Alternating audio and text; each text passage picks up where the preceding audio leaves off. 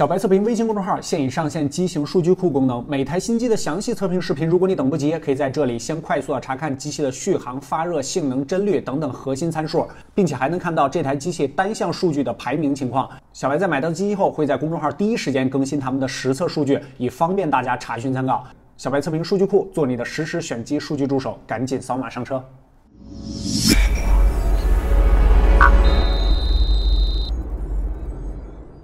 Hello， 大家好，欢迎收看这一期的白问，我是王炯。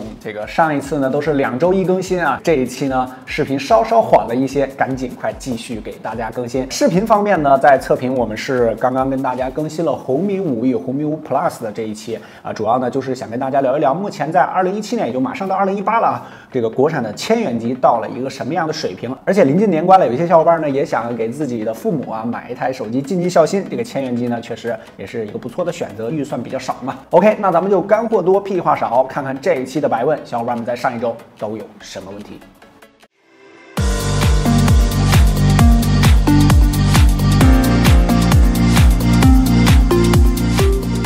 OK， 第一个是来自我们白问微信公众号的小伙伴，当一个假人。小白，我想上电视问一下，我现在对全面屏不太感冒，想买非全面屏的手机。哎呦，这个还是比较少的啊。因为看上了荣耀9和小米6、华为 Mate 9、华为 P10啊，综合实力方面哪个比较好呢？问一下哪个比较划算。如果要是综合实力的话，我个人更推荐的是华为 P10，无论是在颜值方面啊、拍照方面啊，还是在性能方面，我觉得是都 OK 的啊。华为 P10那个钻雕蓝版本的也还行，我个人比较喜欢啊，而且有专门的测评视频可以去翻看一下。如果要是哪个比较划算的话呢，这4台手机里边无疑小米6是最为划算的。我看了一下华为 Mate 9目前在某宝上的价格啊，还比较保值啊。这个到目前呢，这个64G 呢应该还在2600-2700左右，所以说跟小米6相比呢，这个835的处理器，这个米6就显得更为性价比一些了。OK， 来看下一个，依旧是咱们白问微信公众号小伙伴爱有梦想的黎大大同学。来，这个骁龙的820到目前算落伍吗？啊，我现在还觉得它性能很强啊，但是网上评论好差。这网上评论好差，我不知道是哪来的啊。反正去年的这个旗舰机都用820，我觉得是还是可以的，因为它是14纳米的制程，然后在性能方面呢也还可以。如果要是到明年的话呢，也就是2年的时间了，它应该还能再算一个终端的处理器。820呢，我觉得并不能算是落伍吧，性能方面也还是够用的。但是有一点就是2年之后搭载820手机的这个机器，在外观 ID 上啊，或者在各种软件上啊，还跟不跟得上，这个就是一个问题了。OK， 下一个是来自咱们微信公众号小伙伴何乐。小白，我现在用 P10，这个平时不怎么玩游戏，用微信也比较少 ，APP 也可以说也很少了，但是还是卡了。恢复了一次出厂设置之后，没多久又卡了，这是什么原因呢 ？P10 的话，这是今年的手机，上来就卡，不太应该吧？是不是你平时使用习惯的问题，还是你那台手机的品质有问题啊？另外问一下，你觉得 iPhone 8和 7P 哪个性价比比较好一些呢？传说中 ES2， 你应该说的是 SE2 是吧？这个值得购买吗？屁话有点多，我不管，我要上电视。这个 iPhone 8和 7P 的话呢，我个人应该还是推荐 7P 多一些啊，因为差距呢比较小，但是我觉得 7P 的这个双摄啊，还有就是各方面都还 OK。但是购买渠道上呢，我不建议你买二手的，因为 7P 的话呢，电池衰减啊，用的时间长一些之后呢，会比较大，因为我那台 7P 电池就衰减比较快。iPhone 8的话呢，虽然说是目前最强的处理器啊，但是双摄像头还是 iPhone 7P 一个比较大的优势啊。至于你说的 SE2 呢，最近综合的一些爆料啊，还是会有的，值得等待吗？这个我就不知道了，没准是吧？他玩一下性价比，那就比值得等待了。那没准他突然那个上了一个全面屏，也是有可能的，对吧？好，来看下一个是来自微信公众号小伙伴一个小笑脸，本人想上手坚果 Pro 2 6+64，或者是小米6 4+64，喜欢全屏，认为有一定的发展趋势，那是肯定的但是游戏迷这个爱玩游戏 2K17 又看中835就问小白推荐哪一款就买哪一款。这个关注小白好长时间了，就上白问。如果要是真的是我推荐哪一个就买哪一个话呢，我责任还是比较重大的啊。这2台手机呢，我个人可能更倾向于这个 Pro 2的6+64，因为无论是在颜值各方面啊，还有就是这个整个手机的质感各方面啊，虽然说它是660的处理器，但是我觉得就目前来说，坚果 Pro 2是一台成熟度不错的手机。因为小米6在今年的这个相机方面，可以说已经调出第一梯队了虽然说坚果呢是一个小厂是吧？但是今年的这块 Pro 2，我觉得诚意还是比较足的。只不过是这个835处理器上有一些纠结，你用这个660的处理器玩 2K17 的话是比较吃力的起码特效上呢就没有835那么流畅。但是综合来说，我个人还是更倾向于一点6+64的坚果 Pro 2，可能有点颜控。下一个问题是来自微信公众号的小伙伴吴家轩，小白请问一下，小米6是开发版的，这个貌似软件打开到一定数量之后就会卡掉，甚至是死机。视频中有出现过，别的测评也有过，这个是个例还是普遍现象呢？如果是普遍现象，什么原因？怎么暂时解决？这个问题问的让我有点懵啊！就是你既然用的是开发版，开发版就是要提前体验一些新的功能，提前体验一些新的设置啊也好。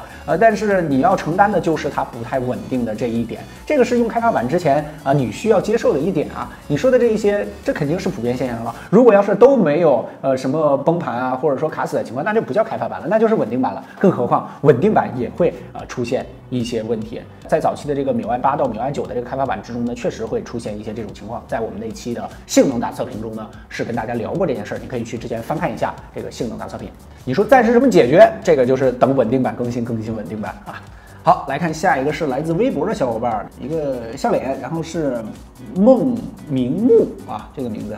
王哥你好，这个年底准备换机，一直纠结华为的 Mate 10 Pro 和三星的 Note 8，看你的测评，对二者没有偏向哪一个所以有点这个纠结症了，只能想跟您求助了。只要不是他们两个做这个同一期视频的对比啊，各方面的优缺点呢都跟你说明白了。还是那句话，选机的话呢，明确自己的第一需求点和第二需求点来进行选就可以了。多数情况下呢，大家都是纠结这个。华为 Mate 10和三星 Note 8啊，我个人可能更倾向于三星 Note 8。因为如果要是让我干说点的话，我也实在是说不出来，因为他们两个都是旗舰级别的机器，然后都没有什么特别明显的短板，都是非常不错的。但是我可能个人情感上更倾向于三星 Note 8。OK， 下一个还是来自微博的小伙伴无语者未亡人这个未亡人不是那啥的意思吗？我还是个女孩子是吧？小白你好，今天关注您发现很专业，我是个女孩子，其实我不太专业啊。这个我明年想换个手机，不急，这个之前一直用小米，印象还不错，平时爱打王者荣耀。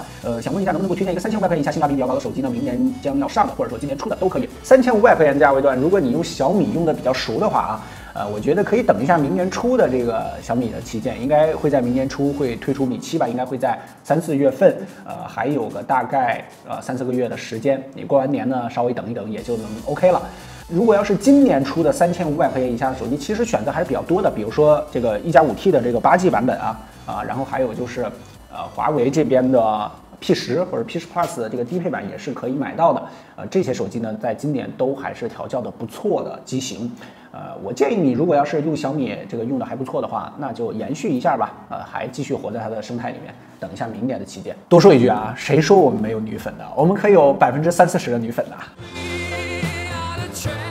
OK， 下一个是来自 B 站的小伙伴暗夜风雨，白哥，这个 OPPO R11S 和 vivo X20哪个值得购买？女朋友想买其中一个，纠结死了。这两台手机呢都没有做过视频，也并没有给大家做过上手体验啊。但是呢，我在线下拿到过这两台手机，看到过。个人情感上呢，可能更推荐一下 OPPO R11S 的 Plus 版本吧。当然，这个就是个人情感推荐，因为我确实没有深入了解过这台手机。下一个是来自 B 站的小伙伴生肖 SHX 白哥，快到期末了，这个期末后是新年想换一部手机，学生党，这个预算1500块钱左右，看中了36的 N5S N5S 不是 N6，这个努比亚的 Z17 mini， 不知道这两款1500块钱的性价比怎么样？合适学生党购买吗？还是考虑等一段时间出新机再买？这段时间购买合适吗？平时玩王者荣耀和荒野行动，1500块钱档的近期的这个视频，不知道你有没有关注啊？这个价位段呢，我还是更推荐于你追加300、400块钱预算，然后买一个骁龙660的手机，360 N5S 和 Z17 mini 这两台手机呢，我都没有体验过但是呢，就目前他们的情况来说，我可能更推荐于比如说坚果 Pro 2的低配版，或者说360的 N6 Pro 它也是660的这个手机，我觉得。这两台手机在今年的这个价位段中呢，是竞争力比较足的机型，我个人可能更推荐一些。至于你说的这两台，个人可能不太推荐。OK， 来看今天我们的最后一个问题，这个铲屎大魔王。巨龙，根据摩尔定律每18个月元器件就会下降。那么厂商现在不用性能更好的821，反而大多用660呢？去年的旗舰芯片放在终端上不是更好吗？还是说去年的旗舰芯片不再产了？其实一开始的时候我也特别纳闷，就为什么去年的这个旗舰非常好是吧？那它降价之后，我可以用在这个今年的终端机上也还是可以的呀。这个其实有2方面比较大的原因这个是我做了一些了解之后第一个呢就是这个旗舰级的芯片到了第2年之后不是说你想买就能买，想买就能买的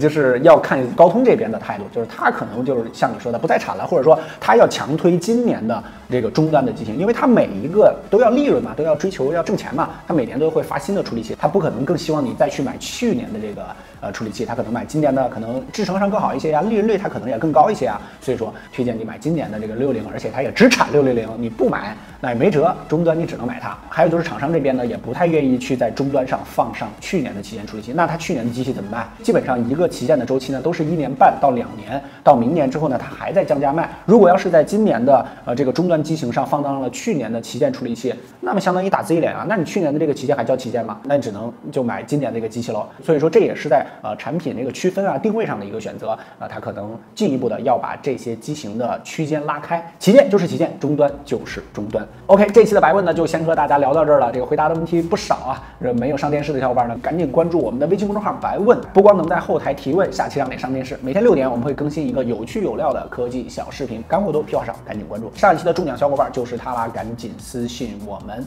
OK， 本期的活动奖品呢还是老样子啊，小米的螺丝刀一套，在微信公众号白问后台回复干货多屁话少这6个字就可以了。还有就是我们的新浪微博小白 MTX， 对视频呢有什么建议、质疑、提问，直接评论或者是私信就可以了。干货多屁话少，白问，我们下期视频再见，拜拜。